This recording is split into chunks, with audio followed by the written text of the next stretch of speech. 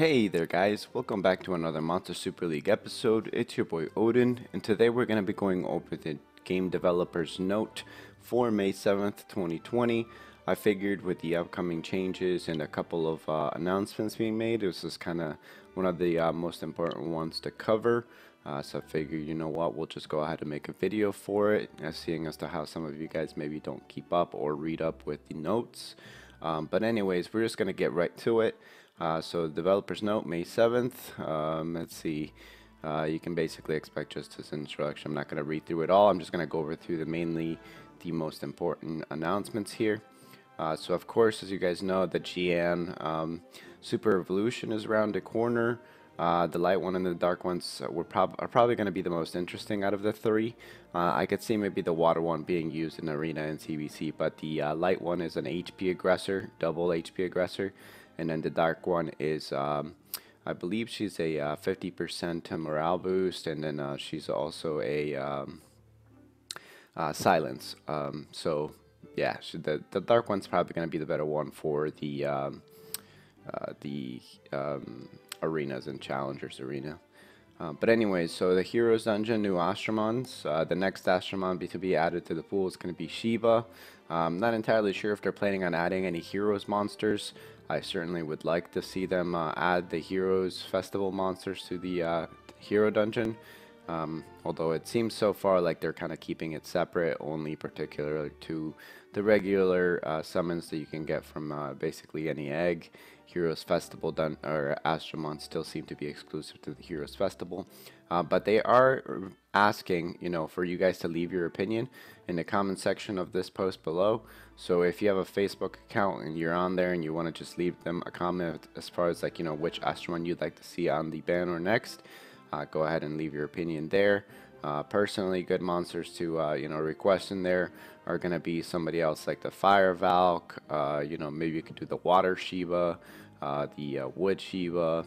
Those are some pretty good Astromons that you'll probably use in Arena and things like that can be used to generate some extra Astro Gems every week essentially. So the next update is going to cover the Tower of Chaos. It looks like they added floors 101 to 120. So definitely looking forward to testing out the new Tower of Chaos. Of course, as you guys know, they'll probably include some better rewards, or at least that is the expectation. However, with expectations, don't aim too high, because this is 433 we're talking about. Although I do expect them to add maybe, if not another here, or not 5 egg, they'll probably boost everything up so that the last floor is the heroic egg, and maybe add some more gems or another gleam or something in there between 101 to 120. Although my hopes are that they actually included 2 eggs in there. That would be really good for new players, even for older players too. You think about it, and if you pull an extra copy of them on, if you don't have that many gleams, it's essentially a gleam for that particular monster. So there's that. The next update is going to be the Golems in the Dragons Dungeon. They've added floors 11 through 15th. So initially they told us that they were going to only add like 2 more levels, but it looks like they've added a whole extra 5. They're saying that between 5 to 6 star gems is going to be the new drop rate. So, if you're able to complete floors 11 through 15th, you can expect to see only 5 to 6 star gems. And they do say that the probability of obtaining 6 star gems will be twice as high as the probability of obtaining them from 6th to 10th floors. However, it's hard to actually put a number on that. It says twice as high, but you really don't know what exactly the normal rate is.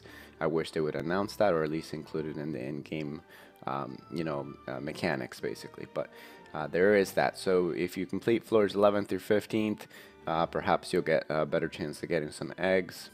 Maybe they'll add certain other things. Maybe they'll add some of the newer gems in there. But anyways, yeah, not entirely sure how that's going to work out. Given the fact that I clear the Dragons 10 on auto mode, and just getting those dragon sigils is just very low chance. I mean, I run the story a lot every single week, and I probably only get like 50 sigils or so. If I'm really lucky on some weeks, I'll pull up to 80 or 90. It just depends on how hard the grind is basically on story mode. But I really wish that they would increase the drop rate of the dragon sigils, considering they're adding this, mainly because it'll allow some of the other players to get better gems. And with the rates of the gems such as the leech gem or the siphon gem being so low, I mean, from what I remember, it's something like 25% to get a siphon or a leech gem, but that's on floor 10. Yeah, I've yet to see an abundance of them. I mainly get like flat recovery stats on like all the siphon gems, so it's not really that great. But anyways, hopefully the 15th floor at least maybe guarantees either a leech gem or a siphon gem, or at least making sure that it doesn't have flat recovery stats, because that's just ridiculous. I hate to run a dragon dungeon that's super hard, and I know for a lot of players who are new, they're going to get in there, they're going to fight the boss, they're going to die, and then they're going to pay an extra 10 Astro Gems to revive, and then at the end you'll get a flat recovery gem. It's not worth the time. You're better off running the dungeons levels B6 through B9 essentially. Alright, the next update is going to be the region defense. Changes in the region defense. Basically, they announced that they're raising the cap from Titans past level 140. So if currently right now the reward system, if we go to it, let's see, I'm not going to back out of here, but if you basically go to the Titan level 140, you'll get a distributed bigger amount of Astro Gems for the clan. And with the new changes, essentially what they're saying is they're going to be adding some new thresholds for the damage. So if you deal more than 3 million damage on the Titan, you'll essentially be qualified to get new rewards, which is actually really good, particularly because late and end game players are going to be dealing a lot of their time on the Titans monsters, because they're going to give you basically the best reward. So that's actually great, considering we need some incentives for new players and players in general to do more Titans. This will be good. It means you'll be getting more Astro Gems, maybe some more gems, or maybe some more gold, things like that. So maybe eggs of course drop from the Titan as well, and like I said, gems, usually every now and then I'll see like 30 gems drop from a Titan, depending on how much damage you deal. Myself, I'm a little bit higher on the end there, but I do see Astro Gems quite a bit for dealing more than like 40 million damage. So this is kind of brand new here. They're announcing a new enhancement mechanic, and essentially what they're saying is that, let me see if I can go down here to read it. Let's see, so the Astronaut enhancement system, title subject to change, discovered by Zephyros, was once just a mere brainchild of them. So basically he's saying like, yeah, this is going to be a new Zephyros type addition, along with Merlin. As you guys know, like Zephyros is essentially the Capture Festival lead mon. Merlin was just kind of thrown in there for skill books. But anyways, they're saying that Zephyros and Merlin work together to create this new enhancement system. The way that this works, if you read it carefully, it says Astromons are expected to take their attack power as well as their crit rate to the next level. However, note that this particular way of upgrading your Astromon is not as efficient as the results achieved by using gems or trinkets. Plus, only the 6-star Astromons who are fully leveled and evolved may undergo this. So essentially what they're saying is only evolution level 3 mons who are capped out as far as like just your ascension are able to qualify for this new boost. And the way that you get this new boost is, if I go up here, let me see, created based on the assumption that when masters release their Astromons, the party and gifts and memories left by these released Astromons could somehow be used as catalysts, whereby masters may be able to unlock the full potential of other Astromons in party. So essentially what that's saying is that when you release an Astromon, you will essentially get these party and gifts and memories, which is, I assume, is some type of an item that you can use to essentially buff up the attack power and crit rate of those monsters. So that's actually pretty cool. You know, for Titan monsters, that's actually especially useful, considering the Titans change as well with the you know, damage caps. Little attack and extra crit rate help out a lot. As you guys know, a lot of the Titan monsters, you're going to be reliant on, you know, triple attack or double attack HP with high crit rate substats. You know, you're better off kind of sacrificing a little bit of crit rate to go for some more attack, because the minute that you crit, you know, with that triple attack, you're going to be dealing way more damage than you would as if you were on a attack crit rate. And for Titans, as you get later on in the levels, you know, you're going to need some survivability, so HP attack is actually a really good choice, or attack with high, you know, HP and resist substats. But anyways, the attack increase there could help you balance out if you're using a monster, you know, let's say on attack crit rate, the extra attack there should be able to help you out. Or if a monster, you know, is critical hit reliant, that extra critical rate will definitely help you out in achieving that extra 100% chance. You know, if you're doing like an HP attack crit rate or attack crit rate. So that's good to know. Definitely some new incentive to release Astromon, although that also means that there's going to be a lower chance of getting Astromons from releasing monsters, unless they're making it so that every monster gives you these party and gifts or memories along with another reward. So if you have, let's say, 3 monsters and you release them, then you have an equally likely chance of getting 2, you know, items from that particular monster when released.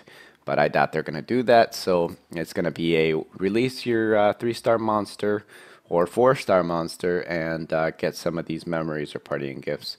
I really hope that they don't restrict it to 4-star Astromon only, because you guys know 4-star Astromons are another way of you know, getting Astro Gems every month. Therefore, it would kind of be a total bummer. Because, you know, not a lot of people, unless you've been playing the game for a really long time and you're an old timer, you're not going to be releasing your 4-star mons. So I'm hoping that that also includes the 3-star monsters, which would be a lot easier. So yeah, so that's as far as I know. As far as the new update to the new system will go, it's going to be release your Astromon, get yourself some partying gifts and some memories, and then you can boost up the attack and the critical rate. So that's that. The next thing I wanted to cover is the Baby Shark return. I did do a Baby Shark review. In my review, I personally left him out as not that great. I still don't think he's, you know, an optimal monster. He's not the best, but he is a really good monster for Titans, and I definitely recommend new players to build at least one of him, particularly if you don't have the Dark Venus. He is going to be primarily used in Titans, and we'll look at his skills here in a little bit. I just wanted to cover it here on the page first, and then I'll basically go into the game and show you guys the Astromon and what he does and what his skills are. But essentially, he is a really good Titan monster. He's coming up in June, so definitely be sure to you know, run out the Capture Festival for him. Like I said, if you're a new player, I recommend you guys to build at least one. If you're not going for the Jiangxi this month, just, you know, skip her out completely and go for the Baby Shark. The Baby Shark will probably be more useful than the you know, Jiangxi, pretty much, if you want to call her that. So they're also announcing a new Astromon. I think it's pretty ridiculous. It doesn't look very good at all, but yeah, there's a new Astromon. I'm not entirely sure whether or not it'll be like a 4-star Mon or a rebirth or just another new and general Mon being introduced into the game, because they said, let's see, the Astromon in question were new species that have been reported, blah, blah, blah. According to Zephyro's recent research, those little Astromon are expected to appear all over Latesia in early July. So I'm assuming he's going to be another Capture Festival Mon, or if they're planning on adding some new monster to the game, he's going to be added to the you know, just the regular pool of Astromon to be summoned. But from what I can tell, this is going to be the next exotic, which is not very you know, physically or, you know, appealing. Basically, I'm just, depending on how his stats are, I guess we'll have to see if he's worth it.